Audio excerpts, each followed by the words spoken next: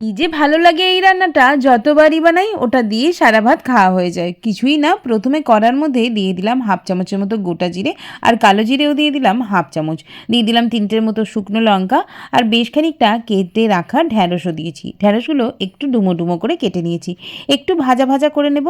তারপর দিয়ে দেবো তার মধ্যে পেঁয়াজ কুচি, রসুন আর স্বাদ মতো নুনটাও এই সময় অ্যাড করব। আর দিয়ে দিলাম হাফ চামচের মতো একটু হলুদ গুঁড়ো। নেড়ে চেড়ে একদম শুকনো শুকনো করে ভাজা ভাজা করে নেব।